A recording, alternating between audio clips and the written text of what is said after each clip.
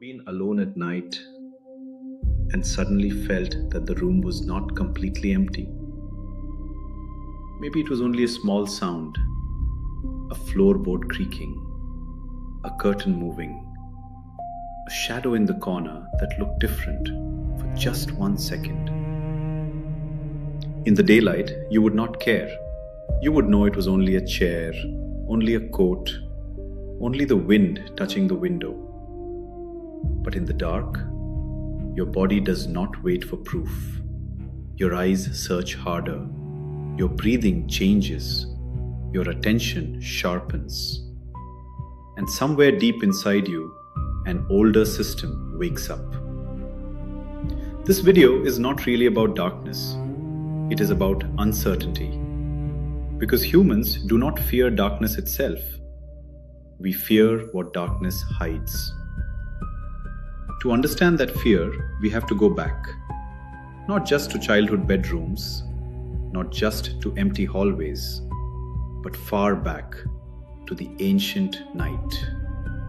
Long before cities, long before electricity, long before locked doors, street lights, and bedroom lamps. For early humans, night was not simply the end of the day. Night was a different world. A world where distance disappeared, where familiar paths became dangerous, where a rock, a branch, and an animal could look almost the same. Imagine a small group of ancient people moving carefully after sunset. An elderly woman stays close to the fire. A caregiver holds a child near her side. A hunter scans the dark with a wooden spear. The land around them is wide. The sky is huge. And beyond the firelight, almost nothing is certain. A sound comes from the grass. Everyone freezes. No one knows what made it. It could be the wind.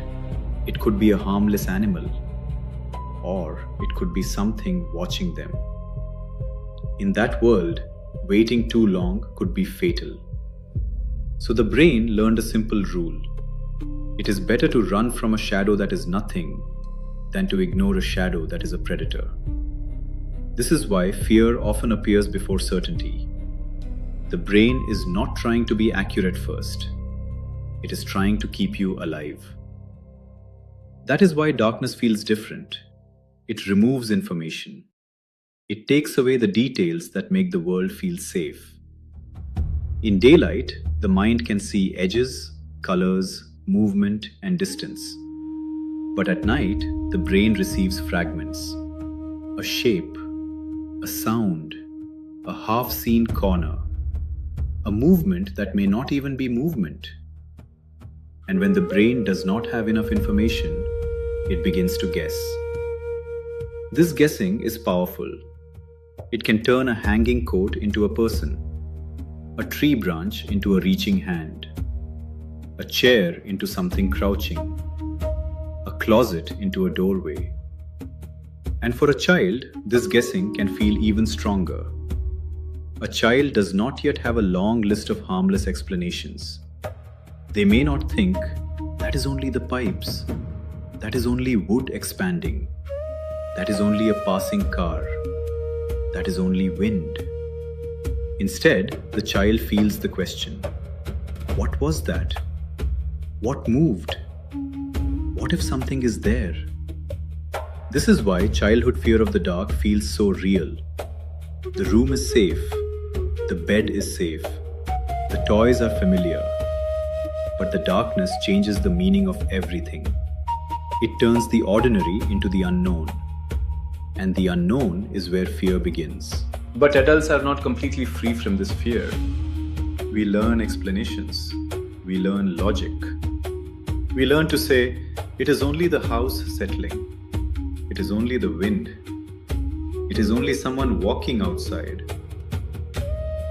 And still, there are moments when the old feeling returns. An empty street at night. A dark room in a quiet building.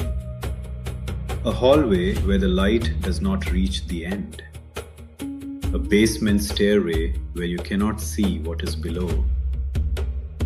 In those moments, the modern mind knows one thing, but the ancient body remembers another.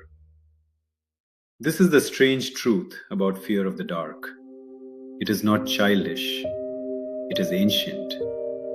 It is not weakness, it is inheritance.